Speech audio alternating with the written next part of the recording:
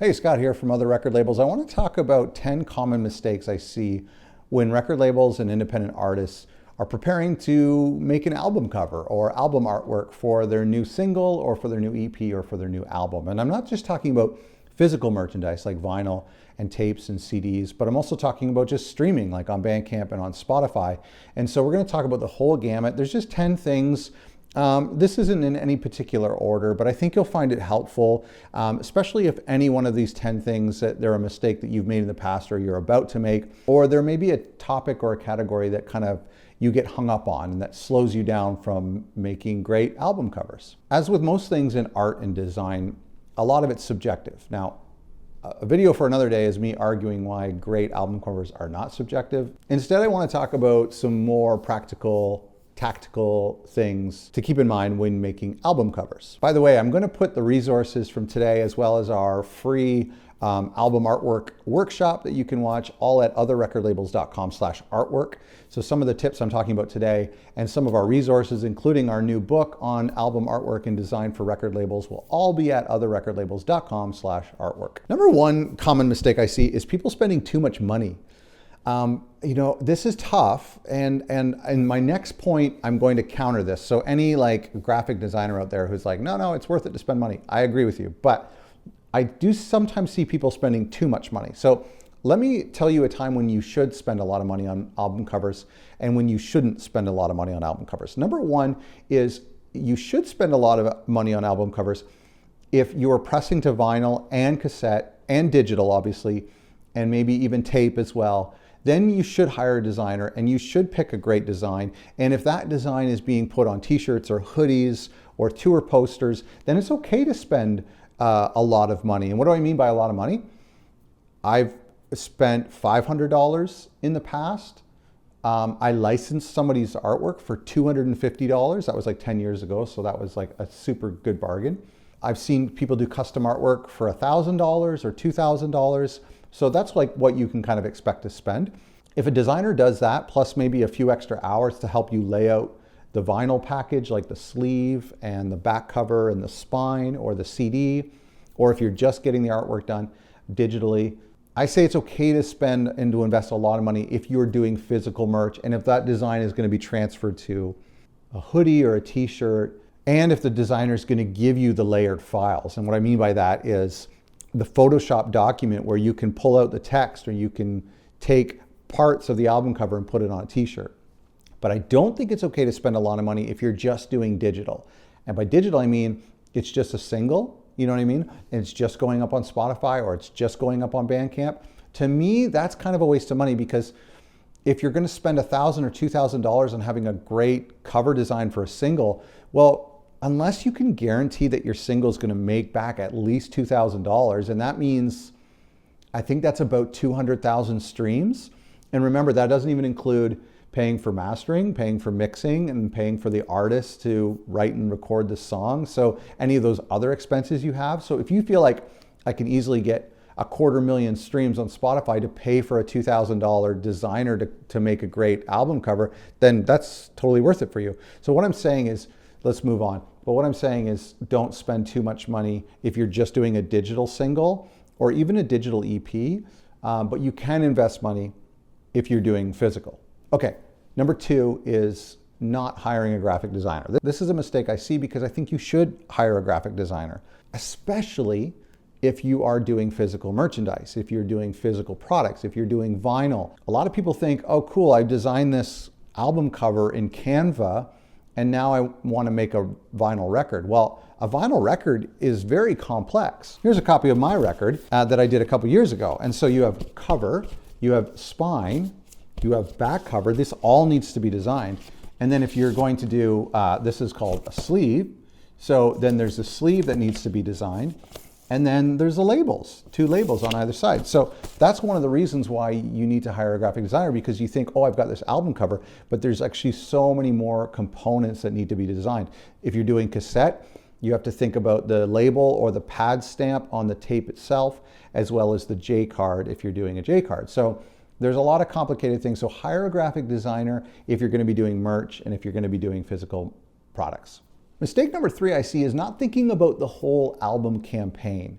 And so sometimes people will design a great album cover and then they'll be like, oh yeah, we're releasing 2 singles ahead of time. And those singles need individual artwork as well. And so then people kind of forget about that. And then the single covers are an afterthought. Or they're like, oh yeah, we should do t-shirts. And then the t-shirt is an afterthought and doesn't match the album cover. So I've done a whole workshop about this, and you can watch that at otherrecordlabels.com/artwork. So I won't go into it too much today, but I think it's really important that your pre-release singles, that your tour posters, that your t-shirts, that your stickers, your social media banners, that everything matches the visual vibe of your album cover. So many people forget about that or don't think about that. And so even before you start to release anything, print off your single covers, print off your album cover, print off the t-shirt design that you have in mind, anything else, social media graphics and web banners, and paste them up on the wall and say, do they look good together? At the very least, just throw them all up on a PowerPoint or in Pinterest and say, does it all look good together? Do the colors match? That type of visual consistency is what branding is all about and is what will help your release go a long way. Mistake number 4 is not knowing the difference between CMYK and RGB. So CMYK means, and this relates to the print world, it's 4 colors, cyan, magenta, yellow, and K, which stands for black. And then RGB is digital, which stands for red, green, blue. And so basically the difference is, in the print world, colors are made up of the mixture of those 4 colors that I previously mentioned, whereas in the digital world, colors are made up of LED lights. So not only do the colors look different, but the digital colors are actually way more vibrant. You can get things like neon and super rich blues and reds that you can't reproduce as well in the print world. And so people will design a digital album cover, which is normal to go on Spotify or Bandcamp, and then they'll take that file and try to transfer it to the physical world, even on posters or t-shirts or vinyl. And what ends up happening is that the color looks dull and muted, and a lot of people are disappointed and they get upset with their pressing plant. But the reason is that it has to be converted from RGB to CMYK, and then you lose that electric feel. Now you can pay extra money, a lot of extra money, to use Pantone colors, and those colors are a little bit more vibrant. But most people aren't paying that extra money, and it's a lot more complicated to do. So just keep that in mind when you're designing something and you're using like really electric colors. I'll show you, go back to my artwork as an example. So even though I've been doing this for many, many years, I still forgot. And so I designed this album cover that I really liked. I'll show it to you right now. And that's the digital version, really electric. But then I had to go and print it, and it looked really muted. Like that green was like more mustardy, and the blue wasn't as vibrant as I wanted it to be. And so I had to kind of adapt for that, and I just forgot about that. And so that's a mistake a lot of people don't make.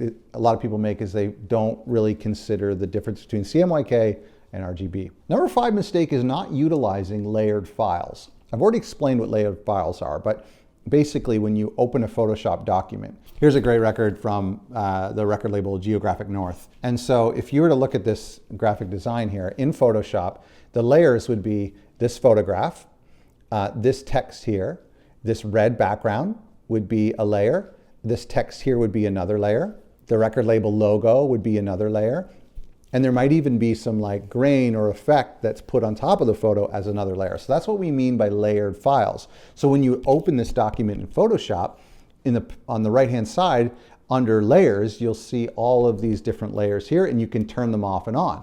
So the reason you want to have access to these layered files, and not just access to the layered files, but to actually utilize the layered files, is by opening this file up, taking this cool black text right here, and putting it on a t-shirt. So let's say you were to get a red t-shirt to kind of match this red here, and then just put this black text across the front. So you can do that, and that's called utilizing your layered files. And so if you pay for a graphic designer to design you something like this, make sure it's in the agreement that you own the rights to the artwork. If they're cool with that, you might have to pay extra, and they give you the layered files so that you can do stuff like this. You could take this photo and make a web banner out of it and that kind of stuff. So utilize the layered files. Another mistake I see people make is not taking the opportunity to do unique album covers for different formats. What do I mean by this? Well, of course, you're going to have your square album cover that you use on Spotify. But then if you're going to make a cassette tape, the Cassette covers are vertical. And so a lot of people will just kind of like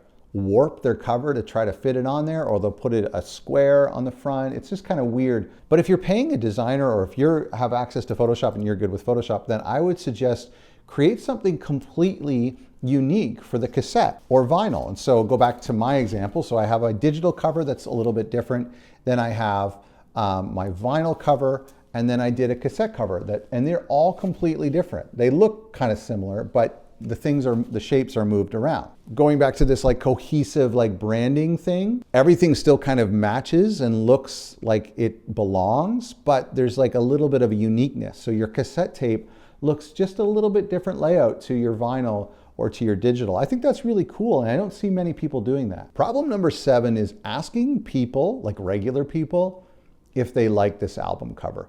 So artists do this all the time. They get self-conscious about the album cover that they're about to pick, and so they'll send it to their friends and their family members and their mom and their coworkers and other artists.